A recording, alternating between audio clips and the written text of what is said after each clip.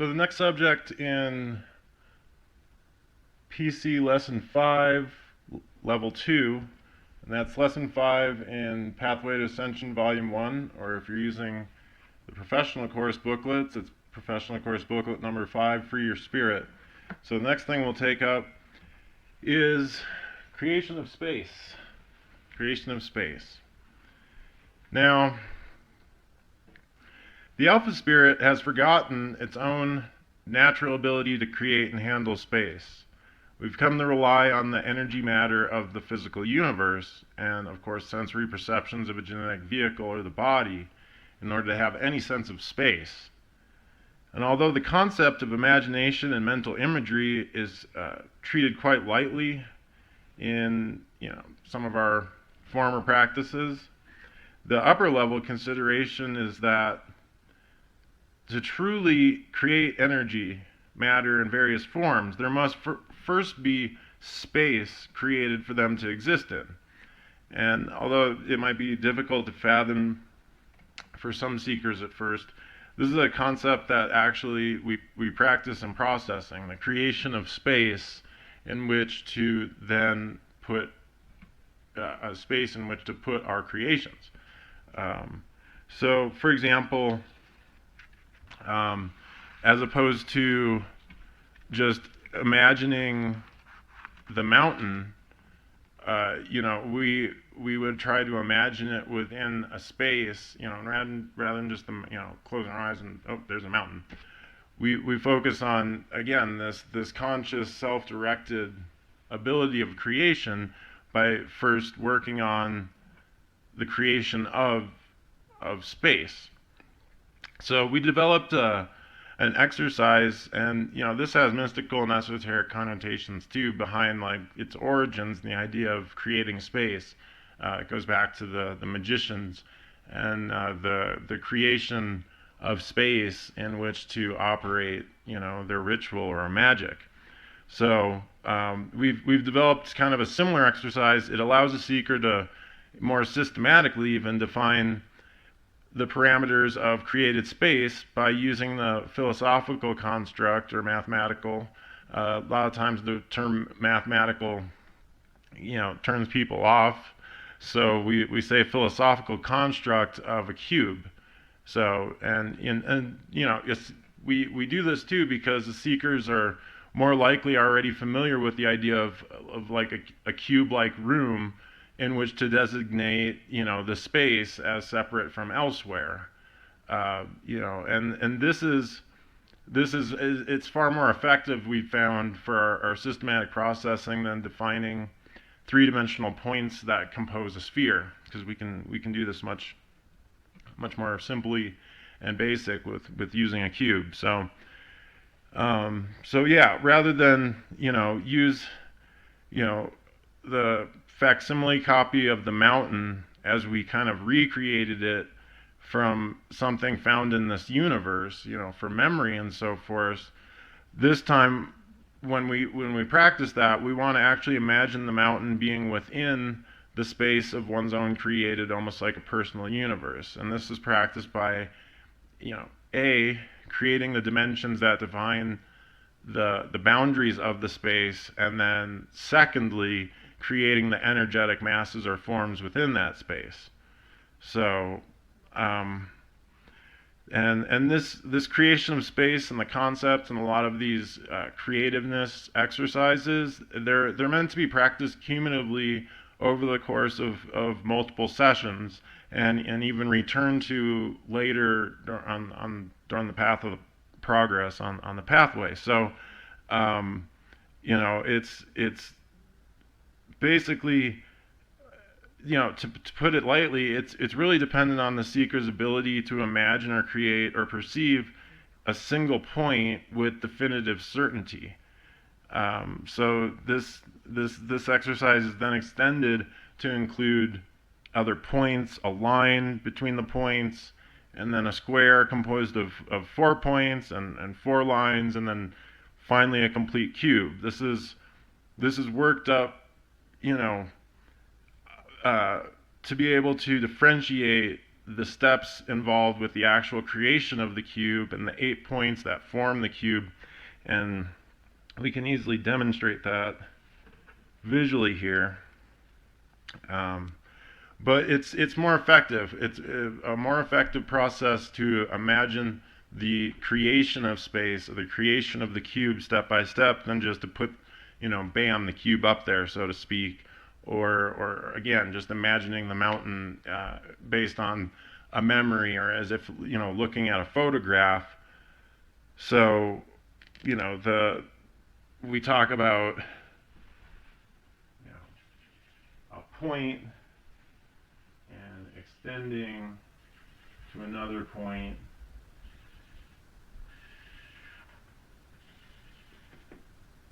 and making the square, and then being able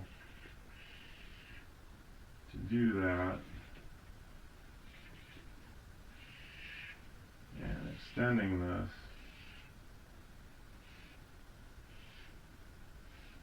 You'll see that we have line segments and 8 points, don't we?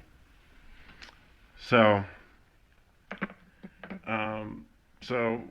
once the cube's been sufficiently imagined, then the seeker can then practice the intentions I listed from the earlier lesson, such as like hold it still, keep it going away, make it more solid. And this will help establish more vividness to the mental imagery. We talked about those steps in lesson 4. So if it is helpful, these intentions, hold it still, etc., they can be applied as PCL to each of the progressive steps, the point, the line, all along the way. It's taken some seekers a significant amount of practice to simply achieve, and again, we're not just putting it up there as from memory or anything like that, or just like imagining a cube from something that's pre-existing or a reactive image either. We want to be in the habit of actually having this total realization of creating and holding, even a single point, still long enough to perceive it solidly. So, the beginning, there's actually the original processing steps are actually listed in the textbook. And it's imagine a point, imagine a line stretching to a second point, then imagine lines stretching upwards from those 2 points to another 2 points, and then imagine the upper points are connected to form a square. Then imagine another set of 4 points connected together to form a second square, and then imagine lines connecting the 2 squares to form a cube. And then imagine that this cube is pure space. And so, again, once the seeker is skilled in this practice, processes such as like the mountain, anything that involves creating or imagining something as opposed to the recall type exercises, they're far more effective if it's handled within personally created space. So again, instead of just closing your eyes and seeing the mountain, you would actually create the space, and then you can create your mountain or whatever inside there. And then when we're talking about points of view, you're operating, here you're creating everything, and then the ability to put your point of view within the created space, being above the mountain, inside of it, outside, and so forth, taking that practice that much farther. And again, this is the systematic way of developing some other things that are of interest to a lot of people concerning spiritual ability and perception and various things, but it's also an integral part of the defragmentation, beta defragmentation process itself. So we've talked a bit so far. In the first half of this lesson 5, we've kind of played with some of this new type of objective processing, which is imaginative in nature, or stepping us towards this idea of zoo vision in nature. And so now let us go kind of back into some of the systematic processing of the, some of these other facets of life. We took a little objective break here. So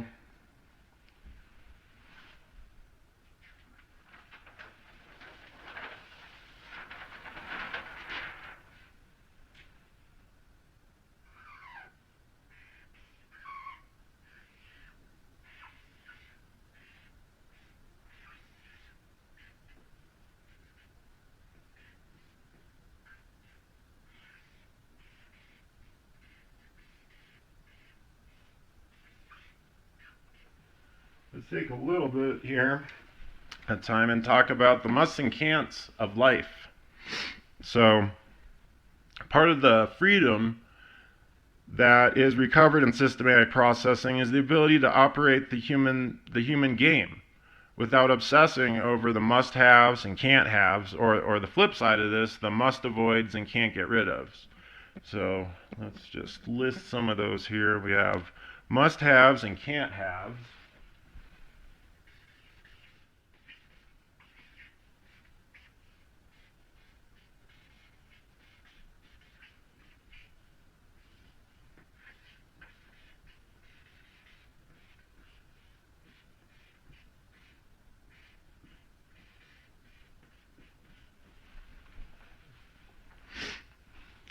Must have and can have, and then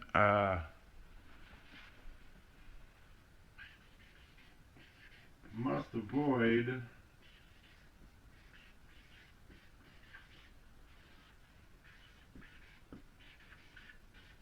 and can't get rid of.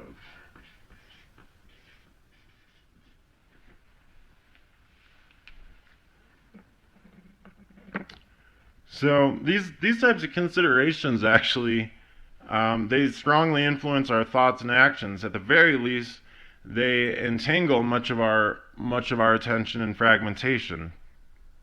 There's times, I'm sure you've noticed, that when you've really wanted something, it tended to remain out of reach, or when you've tried really hard to avoid something, it seemed to seek you out and practically land on your doorstep. This frustration is really a part of the standard issue human condition. Now, by must have, we don't mean, for example, how a body must have oxygen. We mean intense desire. That being said, when we aren't implying that you can't really like something and still obtain it or have it, but cravings, obsessions, much of that is born from fragmentation, and the more turbulent, the more fragmented or desperate the attention or effort is given by someone, the more difficult it is to manifest exactly what they want. So those things that we want or don't want are indeed, they're things, which is to say they're terminals. And as such, our experience with them is based on energy flows and considerations, much as we've been talking about throughout this course. In the case of our usual and often fragmented participation with life, that which we reach too hard for will create kind of a pressure wave type of flow that'll actually push the thing away. And when you try to avoid something too hard, we create kind of a suction type flow that'll actually draw the thing, toward us. And again, this is best understood when, considering two terminals and stuff, and the flow between them. So, at an upper level of understanding, the attempts to control the flow using considerations of must have or can't have creates an energetic turbulence similar to what we encountered in lesson 4 concerning human problems. Of course, in that instance, the human problems, two basic things in opposition are colliding with each other. Here we're specifically considering the attracting things we desire and avoiding the undesirable.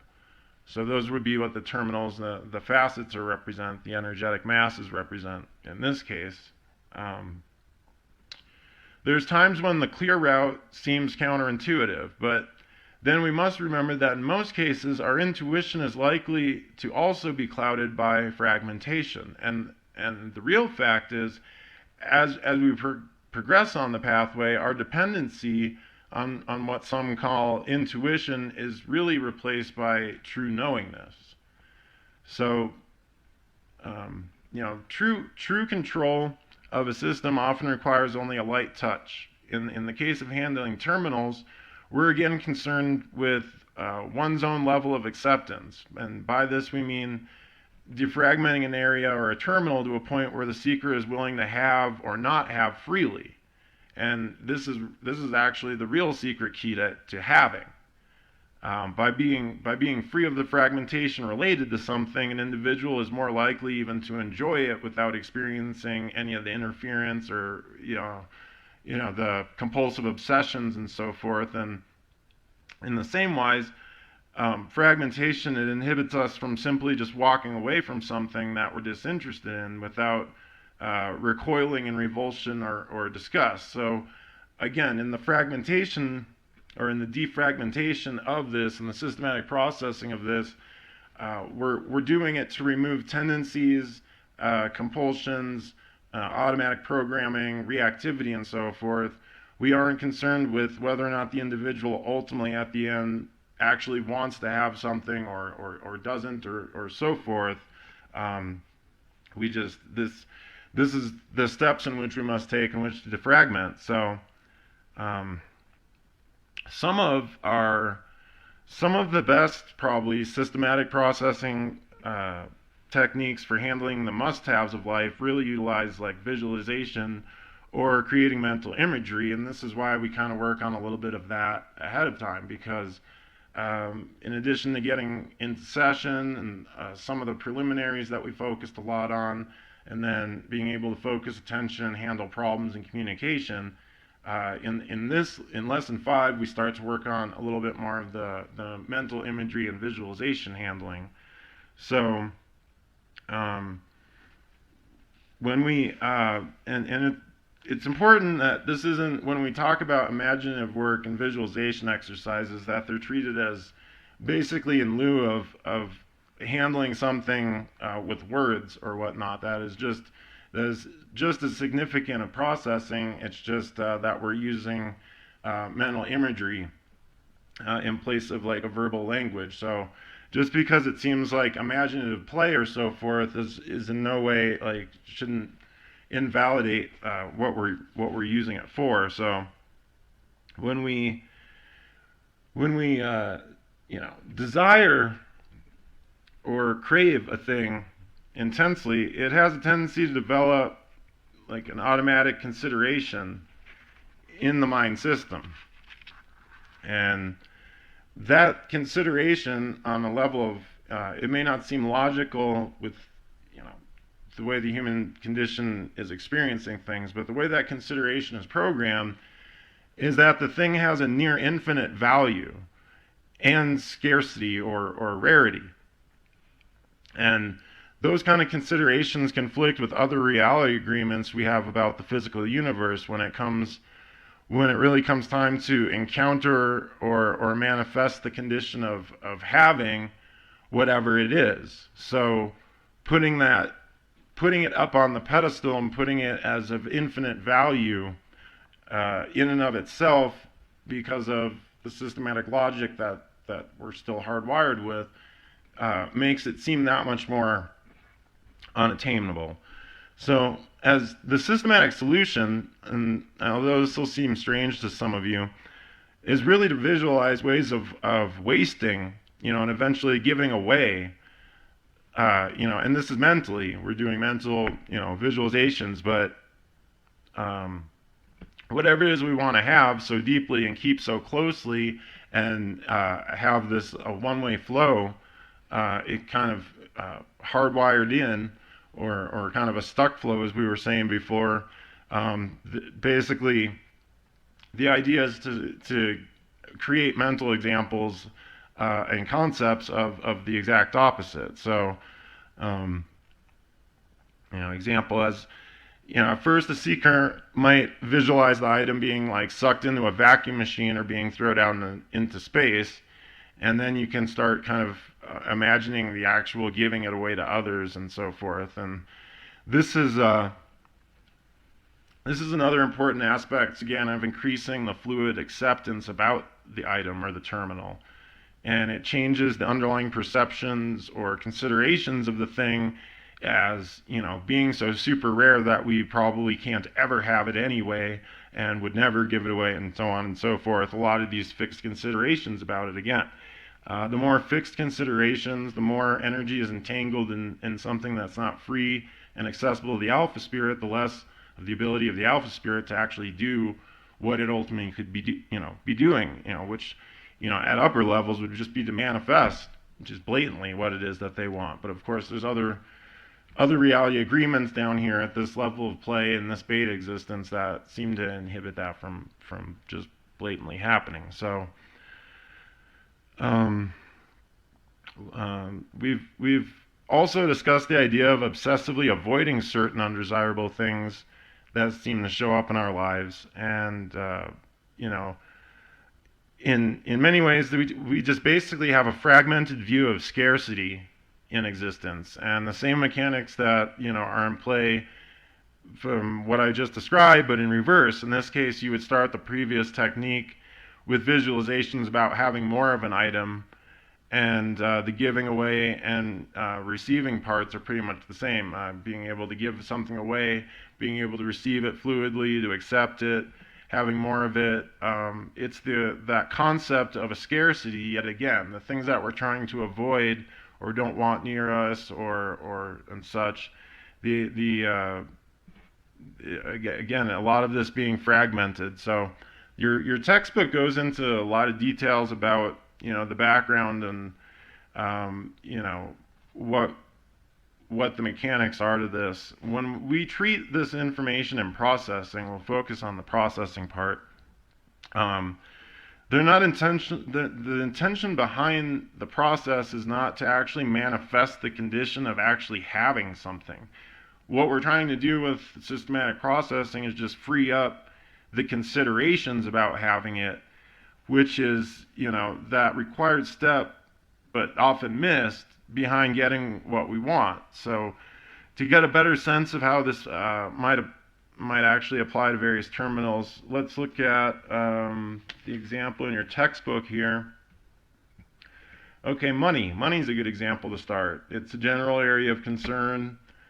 We talked about it in our previous example, describing human problems. And it's a common area of turbulent fragmentation. But now it's actually a good direct example, because money is actually kind of the equivalent of life force, energy, and flows in human society. It's almost like the integral system of civilization, and to operate at optimum efficiency, just like zoo and other forms of circulation and flow, it must circulate and flow. So good example. So now if we use the above process, the seeker would start by imagining ways to basically waste money.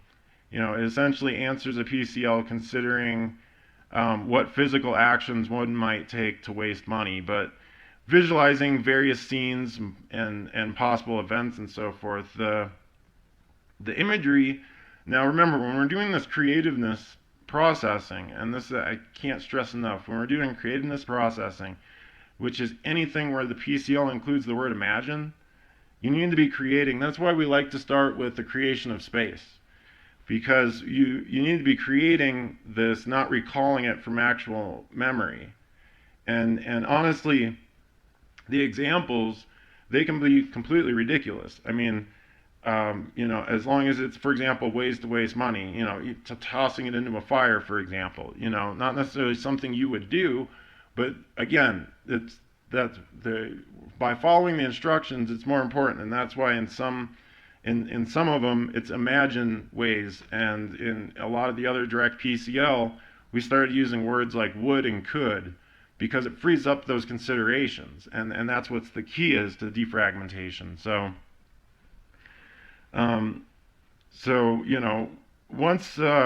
once you've kind of done the basic, creative visualization steps, you can work with, stuff that's more specific to the systematic processing, like the circuits, like, circuit 1, imagine giving money to someone. Circuit 2, imagining someone giving money to you. Circuit 3, imagining someone giving money to others. So, in many ways, forms and things are the materialization of a particular idea or concept. In the case of money, it's really a form of communication exchange that is used in, the exchange for various goods and services. So this again makes it kind of a perfect demonstrable example for us.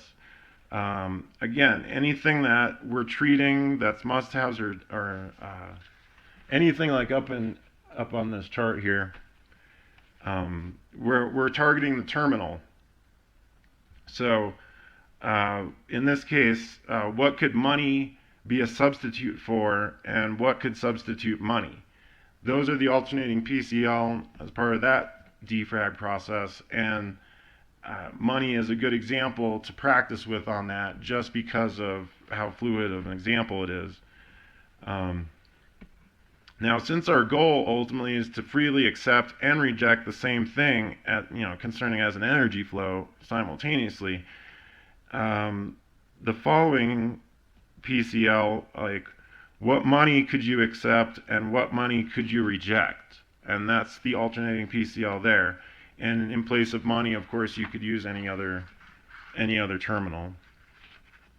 And since we're dealing with a thing that we want or don't want, we treat this type of processing differently than just the concept of the thing alone. If this were purely conceptual, we would run like, what about money could you something or other? But that's slightly different,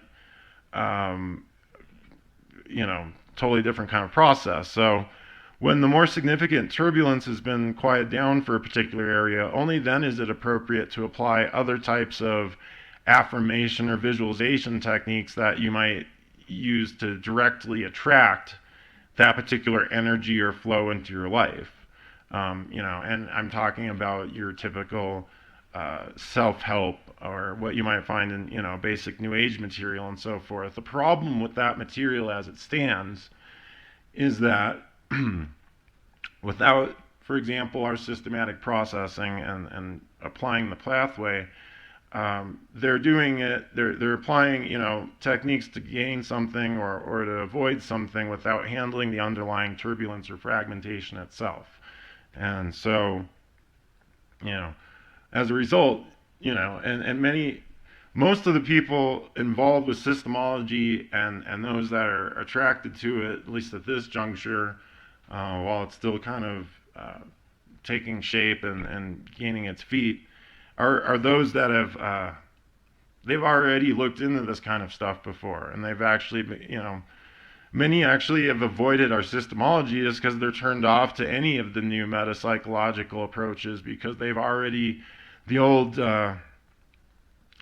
think happy thoughts and wish, want it, get it, and helping me, help you, help me, sell more self-help books, that kind of stuff. It never produced the stable results that it promised.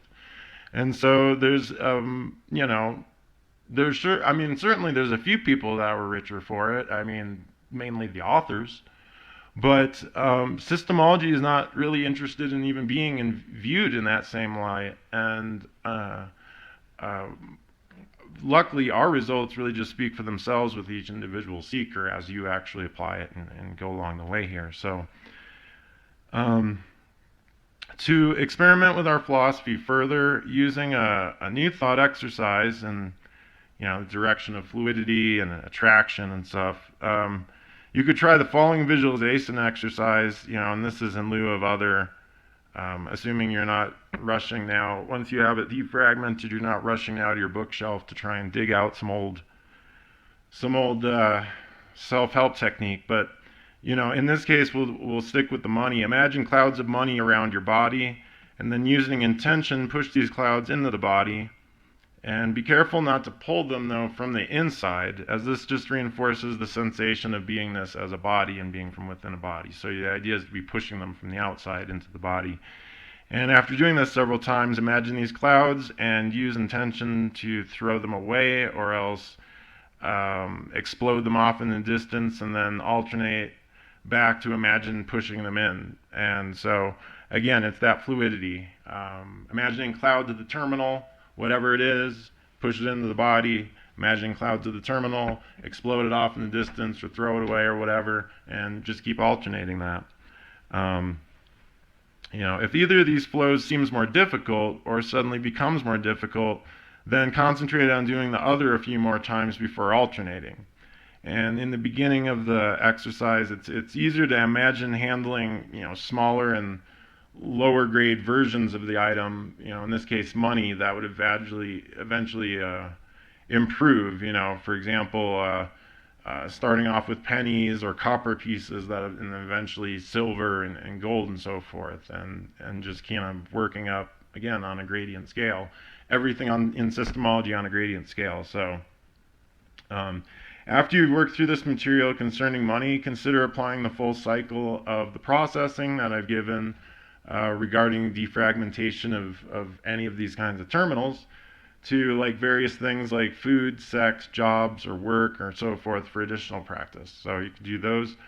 And eventually the seeker is going to want to run this on the actual specific stuff they really, really want and perhaps haven't been able to get or blatantly can't have, and those desires and so forth.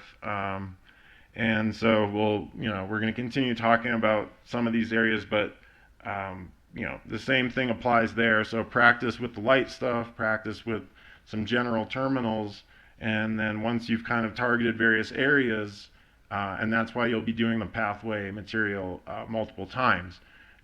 Each time you may find certain target areas that you end up focusing on and clearing those away and so forth, and then reapplying some of the same techniques and the same levels to various other things that have come up. So this is done on an incremental gradient, and unfortunately there are no faster shortcuts than this. This is the fast track out. So.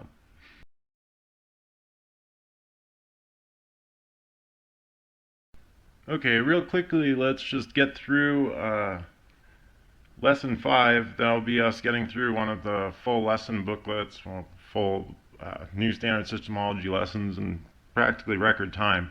And as I said, this will get smoother as we go along because we'll be more practiced in various terminology and exercises that I can refer back to and so forth.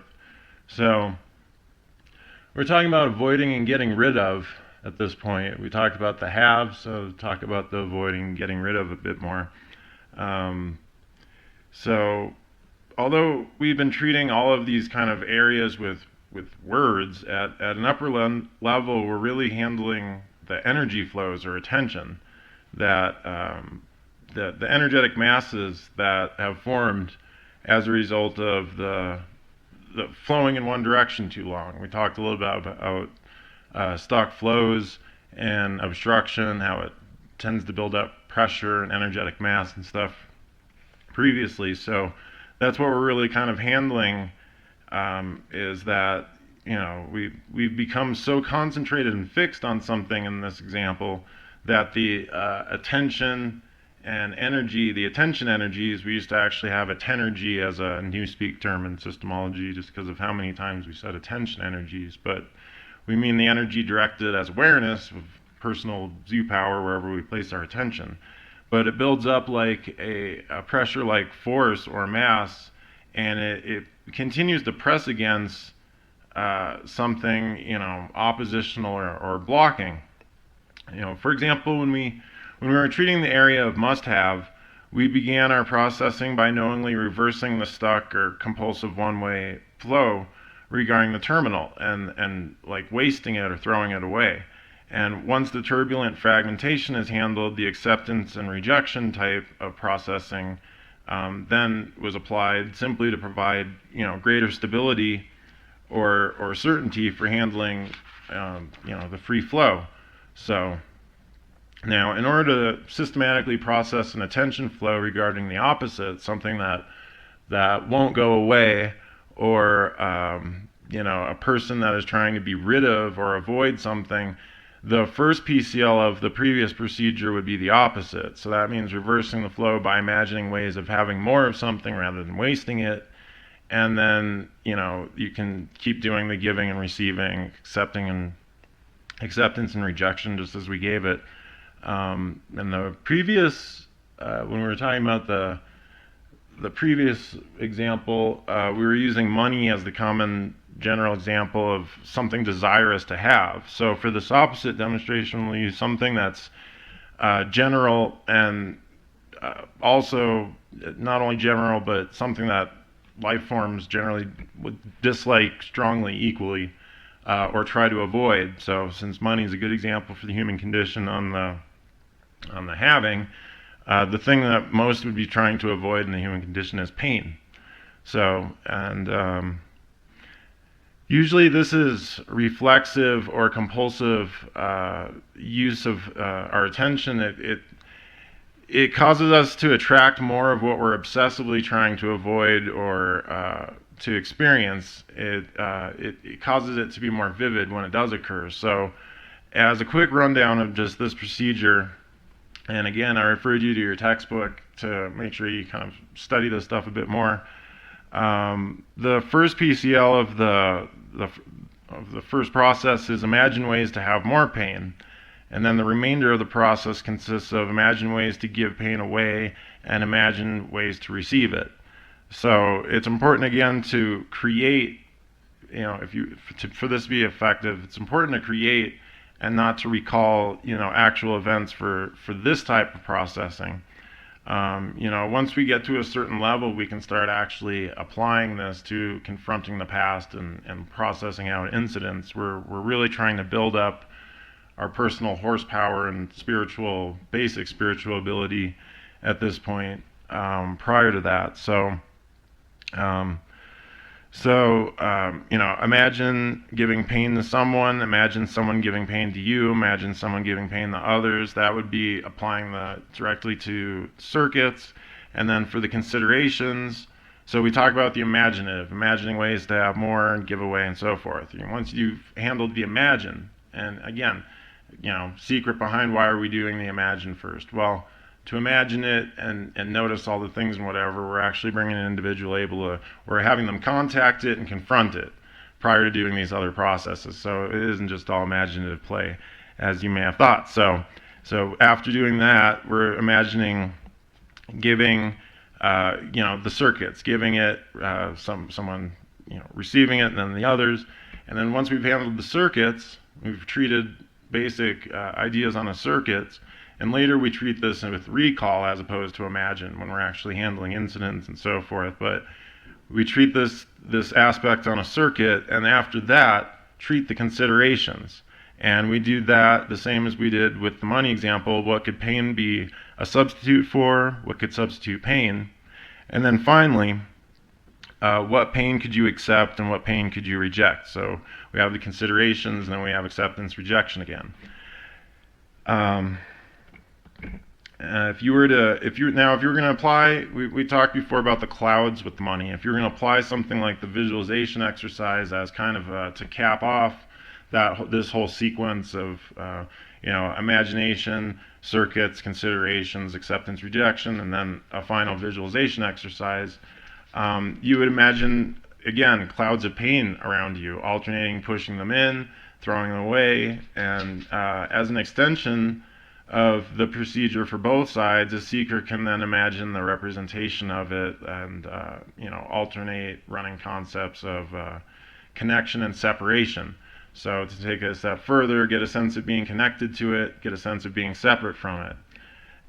This is run until a seeker no longer feels any real compulsive creation of like a one-way stuck flow regarding this, which is to say there's no longer a flinch, there's no longer a craving, there's not a reactive response just regarding that whole channel to a particular terminal. I mean, again, this regimen runs into areas that will apply uniquely and specifically for each individual, and I'm just giving examples that have the widest possible application for its practice, because we'll get into more specific areas of turbulence as we get a little bit farther on. But that actually That will actually wrap it up for lesson 5. And the next lesson, lesson 6, is still within level 2, and the next lesson is called Escaping Spirit Traps. The Joshua Free Imprint, JFI Publications, in conjunction with Mardukite Academy and the Systemology Society, present the single greatest breakthrough of the 21st century for all humanity, the perfection of a new standard systemology, a complete map for the way out from the bottom to the top, and your key to being an ascended master in this lifetime. Everything you need is contained in 3 progressive, self-guiding courses: the Fundamentals of Systemology Basic Course, the Pathway to Ascension Professional Course, and the Keys to the Kingdom Advanced Training Course. And each should be studied and applied in their intended sequence and order as displayed in this video. All 3 courses combined are available as 5 standard hardcover volumes, but also as 33 installments, since each single course lesson is also available individually as a pocket-sized manual. The Fundamentals of Systemology Basic Course includes Being More Than Human, Realities in Agreement, Windows to Experience, Ancient Systemology, A History of Systemology, and Systemology Processing. The Pathway to Ascension Professional Course, including processing levels 0 through 6, includes in Volume 1, Increasing Awareness, Thought and Emotion, Clear Communication, Handling Humanity, Free Your Spirit, Escaping Spirit Traps, Eliminating Barriers, and Conquest of Illusion. The Pathway to Ascension Volume 2 includes Confronting the Past, Lifting the Veils, Spiritual Implants, Games and Universes, Spiritual Energy, Spiritual Machinery, The Arcs of Infinity, and Alpha Thought.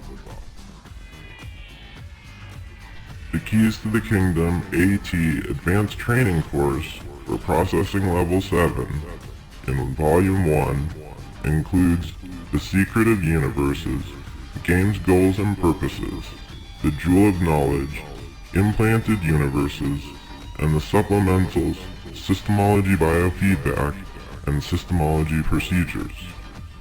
The Keys to the Kingdom AT Advanced Training Course for Processing Level 8 in Volume 2 includes Entities and Fragments, Spiritual Perception, Mastering Ascension, Advancing Systemology, and the AT Supplement Systemology Piloting. All titles are available from your favorite bookseller. Explore new standard systemology today, and may you never be the same.